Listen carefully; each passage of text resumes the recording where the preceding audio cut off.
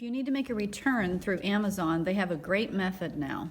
You can opt to pack this in a box yourself and ship it, but now Amazon also gives you the option to simply take the item unpackaged to your local UPS, and they will package it together with any other returns that they are receiving for Amazon. And supposedly this saves on shipping and packaging materials and postage for Amazon.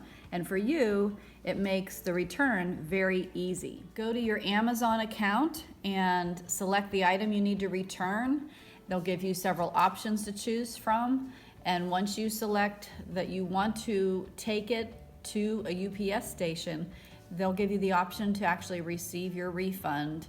I think it's within 24 hours, whatever way you paid for it. And you have, I believe it was 8 days maybe, to make the physical return to the UPS store.